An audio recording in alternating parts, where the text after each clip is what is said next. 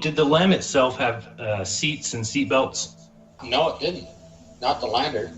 Yeah, and I mean, that's the craziest thing to me I've never heard discussed further is the fact that in the audio transcripts, you can see that within 10 seconds of taking off that they say pitch over, which means that the vehicle itself would have to pitch over onto its side, which means that the two astronauts inside of it would be laying on top of each other, getting squished because they still have to deal with the gravity of the moon. Within 10 seconds, you're not going to be floating around and allowed to pitch over the vehicle.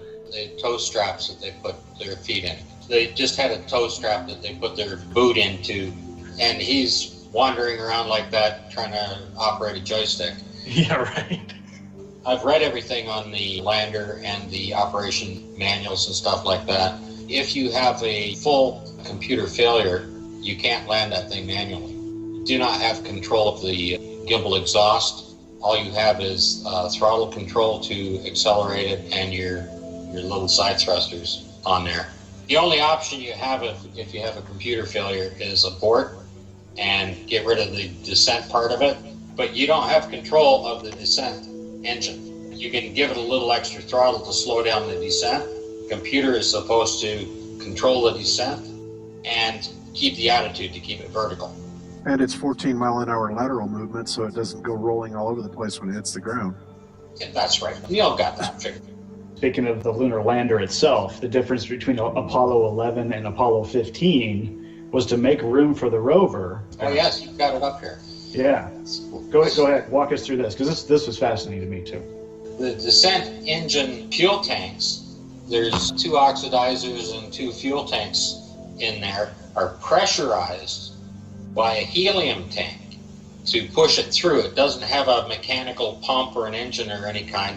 So the helium tank is released and pressurizes the fuel into the descent engine on it. So in Apollo 15, the diagram on the right side there where the arrow is, the rover is set in place where the helium tank is, and the helium tank simply removed. So the rover took over that. So there's no way to pressurize the fuel to run this engine.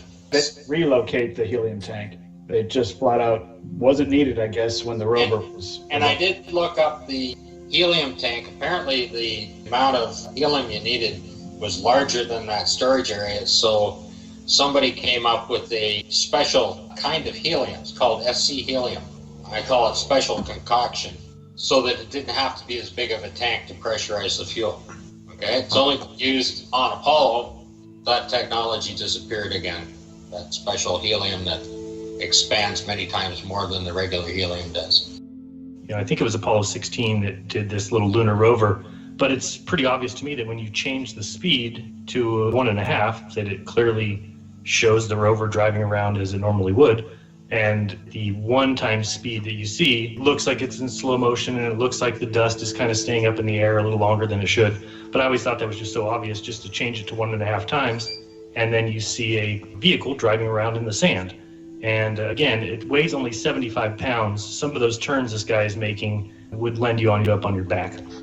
They played it back in a slower motion, right? So it looks all moony and zero gravity. Are you playing it at 1.5, Bob, or regular? I am playing it at regular.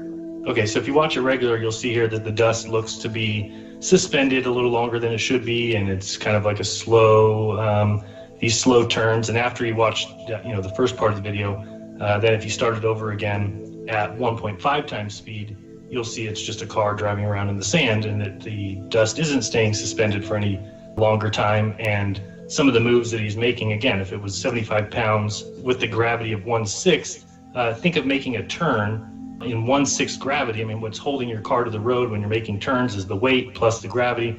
Like this right here, where he kind of pops a wheelie and kind of skids out right here, that thing would tip over. It weighs only 75 pounds with 1/6 gravity. It would never make it. But yeah, then after you watch that, then go ahead and do it at 1.5 speed, and you'll see it just looks like a car, like a dune buggy in the sand. Okay, here comes 1.5 speed. And that's obviously what they did, is they just slowed everything down. But the bad thing about that is, of course, it slowed down the astronauts' arm movements, whereas you would have no resistance whatsoever. You'd have a hard time not hitting yourself in the face with your arms, flying around with no weight. And, everything would be kind of hyper accelerated from a certain perspective, but everything across the board is slowed down, which tells you that that's all NASA did, was they just simply slowed everything down. And then you look at the weight of those astronauts, what they would weigh. See, that's just a car in the sand, making moves like you would see in any sand buggy. But yeah, if you actually weighed 1/6 and had the muscle mass that you have, even with wearing a backpack, I think that they say the total weight of the backpack was 200 pounds or something. So you have a 200-pound man or 250 pounds plus the 200-pound backpack, but at 1/6 that weight, they're weighing like 50 pounds. So, I mean, they should be able to jump over the lunar rover. They should be able to jump 10 feet in the sky. There's no reason why they wouldn't. Like you said, Bob, they wouldn't have slow movement as if everything was in slow motion. It should be very quick. You have no resistance. You reach out to grab something, your arm would move faster. When you walk, it wouldn't be like you're floating slowly. That only happens when you're slow motion. And again, you can chalk that up to being 1969 and them not realizing or thinking it all the way through, I guess. Yeah, that's the thing, because they could never think of everything all the way through, right? Because it's a deception, so they can do their best. They had a good budget and maybe a decade from the time that JFK made the announcement, but it seems like they were gearing people up for the whole space age, at least subliminally, for decades prior to any of that.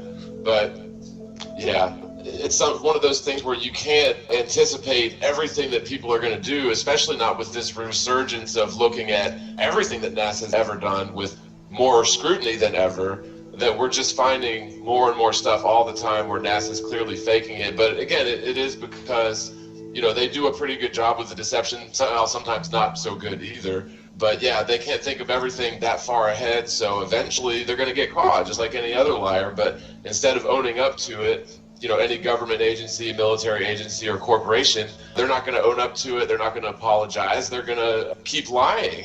Just like, I don't know if you guys heard about this, but the other day I saw an article about this power plant in New Orleans called Entergy. And they were basically caught paying actors to go and basically cheerlead for the power company at a city council meeting. And they were actually turning regular, legitimate citizens away from the same city council meeting. And so they got caught, and the corporation Entergy, instead of owning up to it or admitting it or anything, said, oh, well, it was our subcontractor, and we're going to fire them. So basically, yeah, we're no culpability at all. And that's just what you see with these corporations and military entities and, entities like NASA, where even when you catch them lying, they just keep on lying and, patch it over. It's just ridiculous that people still believe them at all. But they've got the multimedia machine on their side, I suppose. Yeah, they do. And Jaron, I think this video actually is more realistic at 2x speed. They're just slowing it down by 50%. So when you go to double, yeah, I thought so too. Very, very obvious stuff. We got some comments that were like, hey, I've been looking at these moon photos and videos or whatever for many years, and I've never seen that before. And this Apollo 16 ascent stage, yeah, that one right there, they're shipwrecked. I just thought this one was really fascinating in looking at what happened when they started about a minute 13 in and start watching these panels. And I do it a couple of times where I slow it down and kind of magnify it. And you can see that when these explosive bolts, were triggered to launch this thing, and then it's supposed to, fly off into space, that the explosion blew these panels off, or partially blew them off. And you can see the side of the spacecraft there just kind of rippling, what looks like, to me, it looked like fabric, just kind of rippling in the wind, and what that would mean. And then you go back and look at the transcript and listen to the audio, and neither NASA nor the astronauts mention any anomalies. Right. Well, the fact that anything would be rippling in the wind would be a bit of a point of contention, wouldn't it? Yeah. Well, I don't think it was supposed to be in the wind, but I mean, as a concussion type of ripple I assume that's what you're describing, right, Paul? Yep. And then to kind of carry that further, then when you compare the Apollo 16 photo with Apollo 17, and you go a little bit further on the video, you can see that these four panels that were affected by this explosion, it looks like the Apollo 17, that those four panels, it's just those four panels have been erased. In the video here you're seeing shows what's behind those panels. It wasn't just a bunch of empty space. I mean, looks like some pretty critical stuff there that was subject to this, this explosion that's blowing this off. You want to stop it right there. That's where, if you're comparing these two images, Apollo 16 on the left before the explosion, and then look at Apollo 17, it was those four panels that were affected, and now they're a different color. Yeah. This is how they fixed it before the next mission shoot. Over. Pitch over's on time. Roger, we saw that, Tom.